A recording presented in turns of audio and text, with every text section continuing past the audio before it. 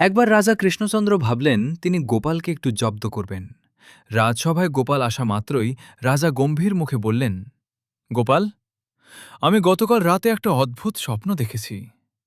গোপাল হাতজোড় করে বলল, কি স্বপ্ন মহারাজ? রাজা বললেন, দেখলাম আমি আর তুমি দুজনে মিলে বেড়াতে বেরিয়েছি। হাঁটতে হাঁটতে সামনে দুটো গর্ত পড়ল। একটি গর্তে ছিল সুগন্ধি পায়েস, আর অন্যটি ভরা ছিল নোংরা আবর্জনা দিয়ে। দুর্ভাগ্যবশত আমি গিয়ে পড়লাম পায়েসের গর্তে, আর তুমি গিয়ে পড়লে সেই নোংরা আবর্জনার গর্তে। সভার সব সভাসদ হো হো করে হেসে উঠলেন। তারা ভাবলেন এবার গোপাল নির্ঘাত অপমানিত বোধ করবে।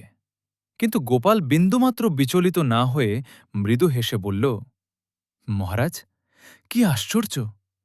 ঠিক একই স্বপ্ন আমিও শেষ রাতে দেখেছি। রাজা অবাক হয়ে জিজ্ঞেস করলেন, বলো কি গোপাল, তারপর কি হল?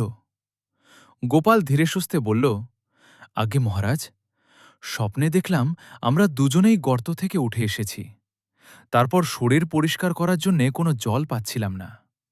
তখন উপায় না দেখে আমি আপনাকে চাটতে শুরু করলাম, আর আপনি আমাকে চাটতে শুরু করলেন। গোপালের কথা শুনে পুরো রাজসভা স্তব্ধ হয়ে গেল। রাজা কৃষ্ণচন্দ্র বুঝতে পারলেন গোপালকে জব্দ করতে গিয়ে তিনি উল্টো নিজেই ফেঁসে গেছেন।